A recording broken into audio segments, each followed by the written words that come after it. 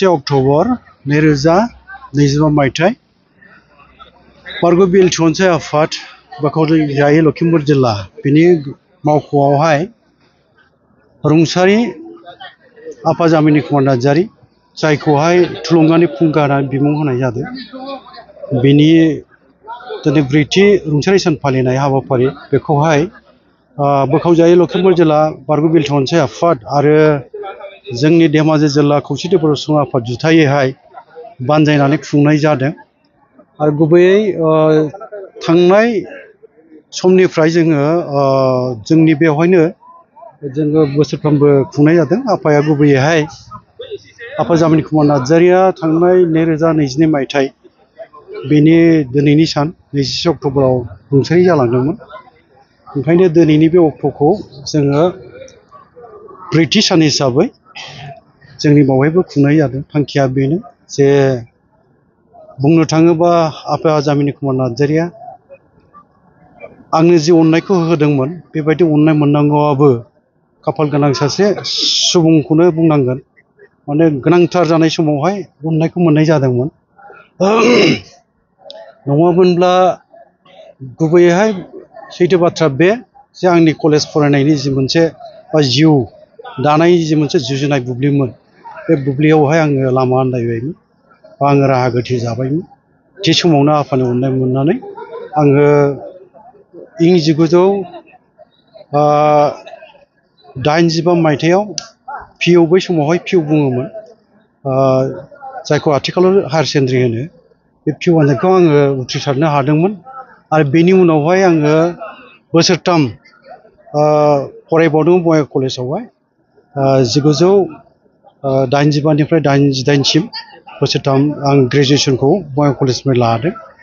आरो बे समनिफ्रायनो बुंनो थाङोबा आङो इं 1987 मायथाइनि जि बर' फरायसा आफाद दुलाराय बर' फरायसा आफाद बड'फा उपेन्द्र ब्रह्मनि दैदेननायनि आलादा रायजो नागिरनाय सोमावसारनाय बावहाय खामानि मावनो मोननाय खाबुआ आङो आफानि न'आव थानानै बनरगाव खाग्राबारि क'क्राझार जिल्लानि सिङाव थानाय बियो बेवहाय थानानै आङो खामानि मावनो खाबु मोनजेनदोंमोन।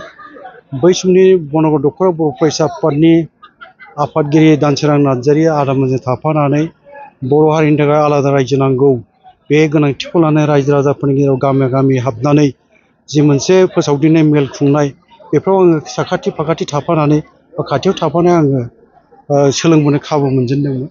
आरो रायजो बिनायनि जि मोनसे दाहार बुंनो थाङोबा जि मोनसे सोमावसार हाबाफारि लानाय जोंनि जिल्लायावबो गोहोम खोख्लैफैनायफ्रा बुंनो थाङोबा बै समावहाय जों माखासे फरायसाफोर बुंनो थाङोबा आं दङमोन सेनियर हिसाबै। बेनि उनाव परिमल बसुमतारी होननाय दंमोन। बिथाङा दिनैहाय रुंसारि जाबाय गैला बियो। दा जोङो ज' लोगो लालायनानै बड'फाखौ बहाय लाबोजेननाय जादों। रायजो बिनायनि गोनांथिखौ बेखेवना होनाय जादों। मिटिं खुंफैदों। बेनिफ्राय लासै लासै आलादा रायजो बिनायनि जि मोनसे गोहोम बेबो लखिमपुर जिल्लायाव मैखोमैनो बाहागो लानायनि खाबुफोरखौ जोङो लानो गोनां जादों बा लादोंमोनबो। बावहाय गोबां जोंनि गेजेरनिफ्रायबो पुलिस मिलिटारि साजा मोननांदों, बुख्रुबजादों आरो बेबायदि जेल जानांदों। आरो माखासे सुबुंफ्रा पुलिसजों गावथारजादों, मुंख्लं जालांनांदों। बे दुखुनांथाव जारिमिनफ्रा जोंनि जिल्लायावबो जादोंमोन रायजो बिनायनि मुङावहाय। दा जायखिजाया दिनैनि समसिम सफैनायनि सिगांनि बाथ्राफ्राथ' गोलाव जारिमिना, जाय दुखु गोनां जारिमिनखौ दान्दिसे समनि गेजेराव बुंनानैबो फोजोबनो हानाय नङा।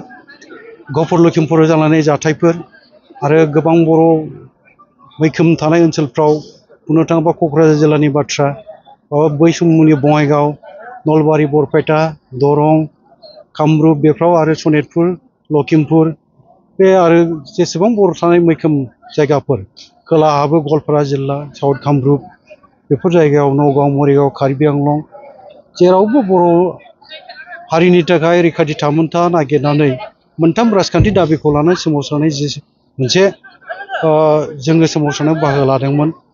बुरलुंबुथुर दैमानि साहा सेरफाङाव संकसनिफ्राय सदियासिम आलादा बड'लेण्ड रायजो सोरजिनाय, बेनि उनावहाय बुरलुंबुथुर दैमानि खोलाहा सेरफाङाव थानाय बर'फोरनो मोनसे नीलाचल अट'नमास काउन्सिल दानाय, बेनि उनाव कार्बि आंलंनि बर'फोरखौ हादोरारि ट्राइबेल गनायथि मोनहोनाय, बे मोनथाम राजखान्थि दाबि लानानै सोमावसारनायाव मैखोमै बाहागो लानाय खाबुखौ मोनबोदोंमोन। दा बेनि गेजेरजों सोमावसारनायनि गेजेरजों गोबां जोङो सैज्य खालामबाय, सहाय नांबोबाय आरो जोङो दिनैहाय मोनथाम गोरोबथा खालामबाय, बिएसि गोरोबथा, बिटिसि गोरोबथा आरो बिटिआर गोरोबथा। बिटिआर गोरोबथानि गेजेरजों जोङो मोनफैबाय बर' कसारि अनसाइ गावहाय खुंथाइखौबो। दा बिसिम सफैनायनि आगोलनि बाथ्रा बुंनो थाङोबा बावहाय थुलुंगानि फुंखा आफाजामिन कुमार नार्जारिनिबो माखासे बिहोमा दं, बेखौ आङो बुंनो लुबैगोन। मानोना आफानि न'आव थानानै आंनि सोलोंजेननाय बा आंनि जि मोनसे जिउ दानायनि खाबु बेखौ आं मोननो हादों। आरो बिनि उनावहाय बिनि न'आव थानानै जे आङो सोमावसारनाय हाबाफारियाव बाहागो लाजेननायनि बाथ्राफोर, बियो आफानि न'आव थानानै आंनि सोलोंथाइनि बाथ्राखौ लानानै बुंनांगौबा आफानि बिहोमा दं। दा आंनि गेजेरजोंनो माबा मोनसे मोजां खामानि जादोंबा बेयो रायजो राजा बिजिरनानै नायगोन, आंहा फोथायनाय दङ। आरो दिनै आफानि बिमुङावहाय खौसेथि बर' सुबुं आफादा जि मोनसे बिनि मुङाव बान्था होनायनि थांखि लादों, बेखौ आङो गोरबोनिफ्राय बरायदों। नाथाय आं बेखौ बुंबावनो लुबैगोन, खेबसे आरो नायफिननाया मोजां, सानफिननाया मोजां।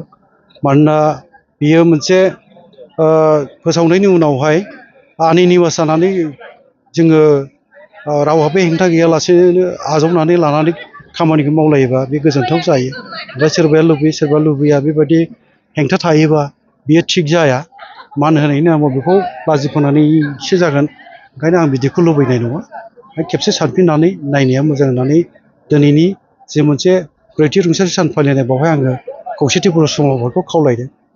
दा मा थांखियाव फैगोन बे उनाव मोनथिहैगोन, रोखा जाहैगोन।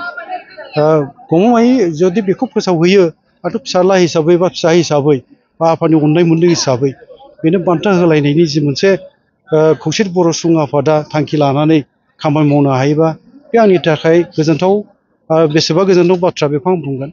अब्लाबो आंनि खावलायनाया बे थादों, जाहाथे बावहाय हेंथा हेंथि थानो नाङा, बावहाय बाजानाय माबा मोनसे